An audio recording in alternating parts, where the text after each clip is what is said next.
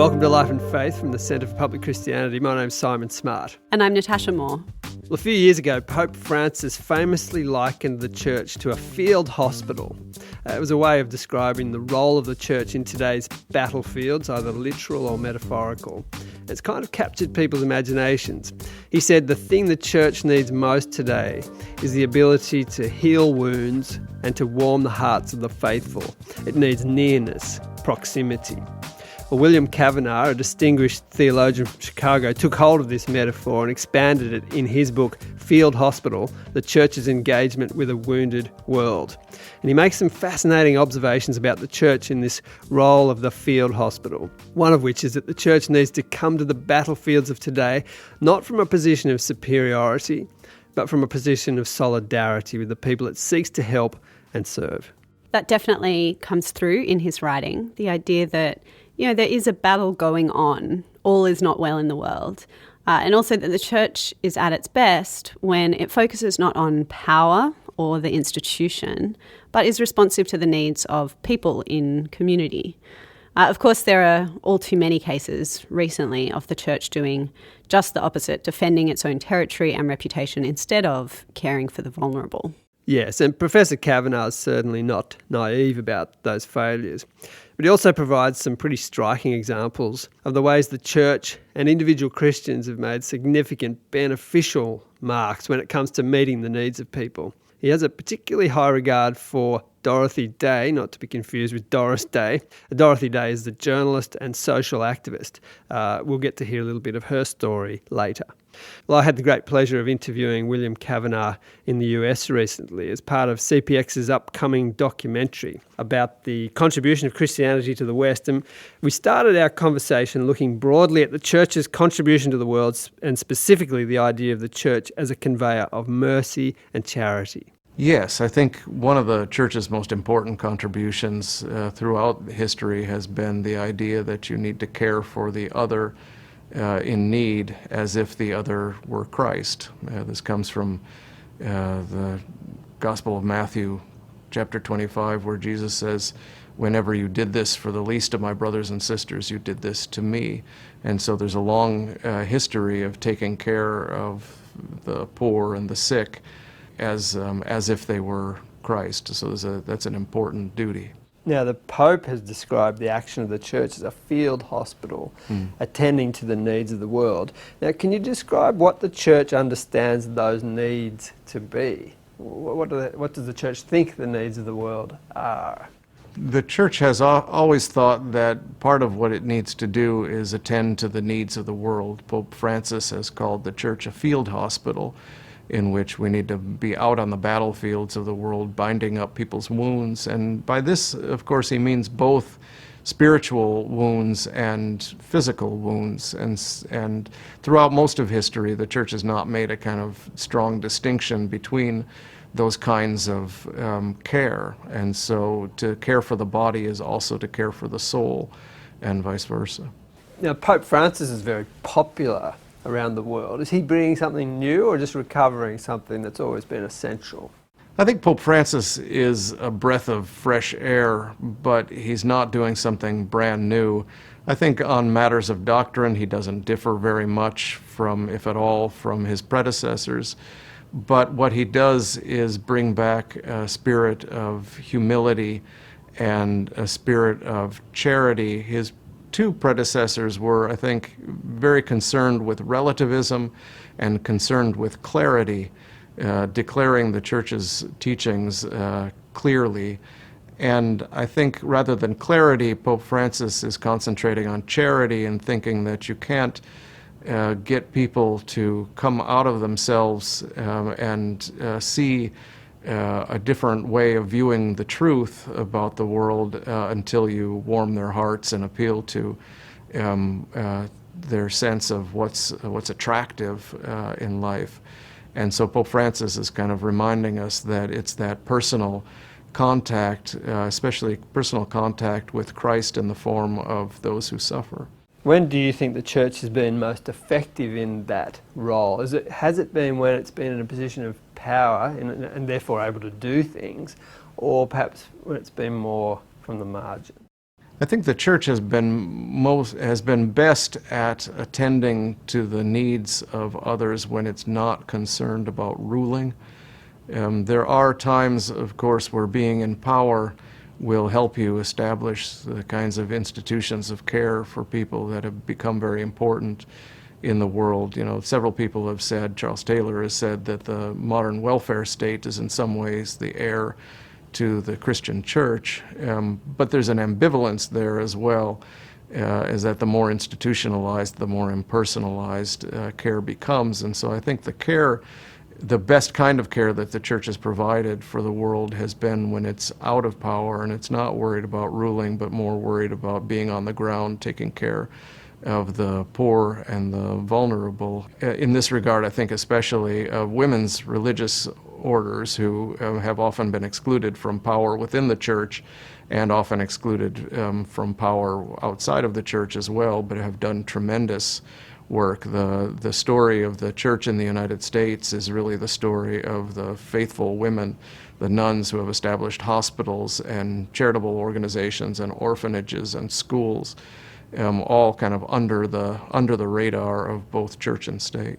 I think in some senses what Pope Francis is trying to do is to recapture the sense that you find in the earliest church, where things are very decentralized for one thing, and he's put a lot of emphasis on decentralization. The Pope in the early centuries was kind of court of last resort rather than CEO of Church Incorporated.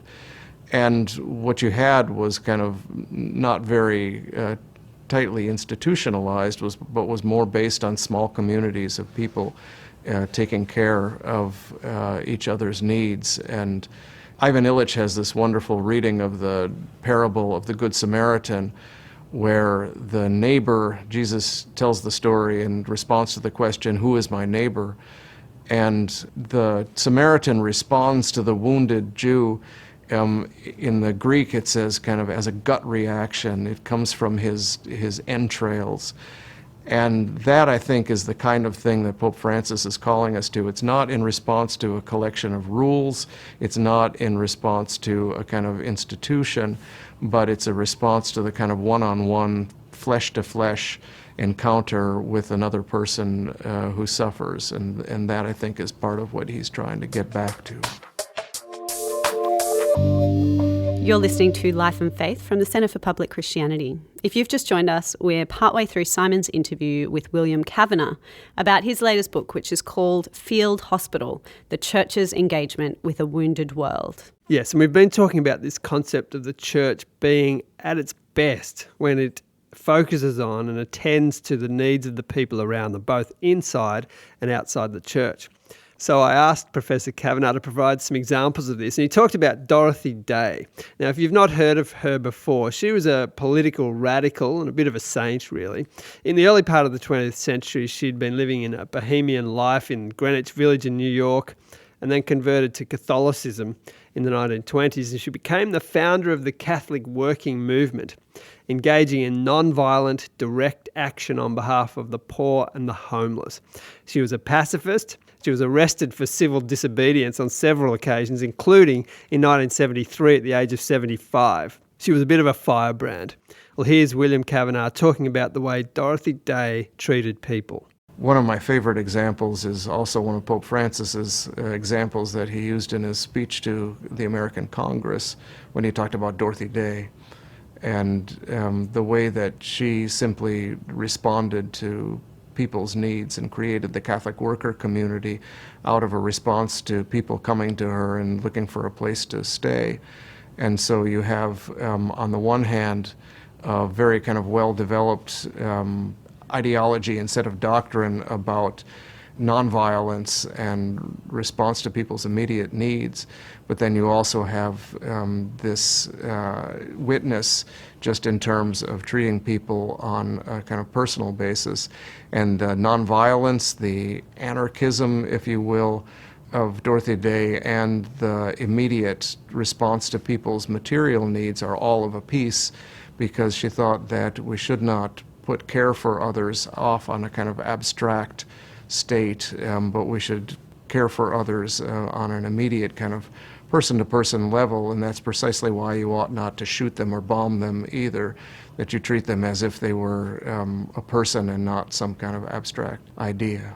You may not be familiar with this story of Dorothy Day, but the other example that Professor Kavanagh gave of this hands-on service was one everyone will have heard of. Here he talks about Martin Luther King Jr. and civil rights, using the ideas of the French philosopher René Girard about scapegoating and sacrifice. I often use Martin Luther King as an example when I teach René Girard and his idea that the way societies create a kind of order is by bringing rival factions together and scapegoating other people, and this is how we kind of keep the lid on things. And what Martin Luther King does is what Girard says Jesus does as well, is that God identifies with the victim of the scapegoating rather than the victimizers. And then it becomes obvious to everyone where the injustice lies, that what passes for order is not really order at all. And I think Martin Luther King did exactly that. He kind of brought bodies out into the streets, and when they got clubbed, it became obvious to see on whose side justice really was. And that, I think, is a kind of enactment of the story of Christ. I think you would say that even when the church has been doing the work of caring for people, it has also shared in the failures and guilt, or perhaps the sin, that all humans experience. Is that right? And is that an important thing to acknowledge? Right. I think it's important to acknowledge that when Christians care for each other, they're doing so as very flawed human beings.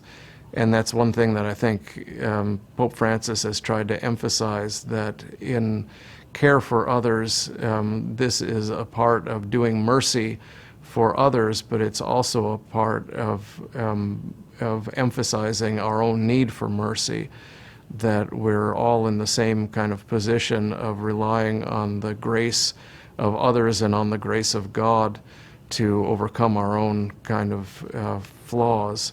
And so the idea that Christians should care for others should never be kind of from the point of view of superiority. And it's interesting to note that in Matthew 25 that I referred to before, that parable, Jesus does not identify himself with the good people who do good things for others. He identifies himself with the people that are hungry and thirsty and in prison and naked and sick and so on. And so it really kind of turns our ideas upside down, that Christians aren't this kind of battalion of good people out to do good for others, but we're people that recognizes Christ in our own lives and Christ in the lives of people that may not seem very Christ-like. But there's this whole kind of mysteriousness of grace in brokenness that I think is really at the heart of the gospel. This has been Life and Faith from the Centre for Public Christianity. I'm Natasha Moore, and you've been listening to Simon's interview with Professor William Kavanagh about this idea of the church as a field hospital. Yes, and actually, if you're going to be in Sydney on the 21st of July, William Kavanagh will be in town. He's the speaker at Centre for Public Christianity's annual Richard Johnson lecture. This time he'll be looking at a different topic, the myth of religious violence. If you're interested in coming along, you can get your tickets now at richardjohnson.com.au. Here's a sneak preview. Yeah, oftentimes the distinction between religious violence and secular violence is just the distinction between violence that we want to condemn and violence that we want to either ignore or praise. There was an incident a few years ago where at a conference in Dubai, it was after the invasion of Iraq, and there was sectarian violence that erupted in its wake. And a diplomat from the United States said, we're not going to stand by and let people impose their will on Iraq by the use of violence. And a Middle Eastern journalist remarked very ironically, did the United States not use weapons when they invaded Iraq? There's this idea that what they do is violence and what we do is not violence. It's going to be an excellent lecture, so please join us. Again, the website to learn more and book your tickets is richardjohnson.com.au. Next week, we're talking to John Dixon about his new book, A Doubter's Guide to the Ten Commandments. Join us then.